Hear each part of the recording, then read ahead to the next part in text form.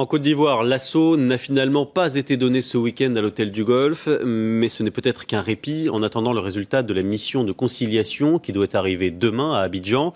L'hôtel du Golfe, c'est là que s'est retranché Alassane Ouattara sous la protection de quelques 800 casques bleus. Une vie en état de siège qu'ont pu observer de l'intérieur Lise Robodoul, Jean-Étienne Mac et Julien Clouzot. Un hélicoptère de l'ONU y dépose chaque jour des journalistes, des diplomates et des vivres. L'hôtel du Golfe. C'est là que vit retranché avec ses ministres le président Alassane Ouattara depuis un mois, protégé par des chars blindés. Toujours soutenu par la communauté internationale, il réunit le Conseil des ministres dans cette salle. Dans le jardin, nous croisons le Premier ministre. Il prend l'air, mais on le sent impatient. L'autre président, Laurent Gbagbo, ne veut toujours pas quitter le pouvoir.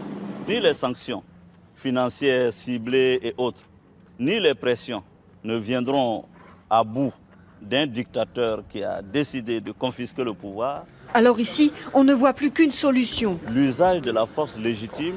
C'est-à-dire une action militaire menée par des États africains pour déloger Laurent Gbagbo du palais présidentiel à 10 minutes de pirogue d'ici. Lui conteste toujours l'élection du 28 novembre et fait dénoncer par le leader des jeunes troupes pro-Gbagbo l'ingérence étrangère. Laurent Gbagbo n'est pas un dictateur.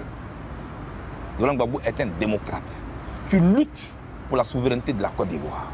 Il a été élu, il doit gouverner la Côte d'Ivoire.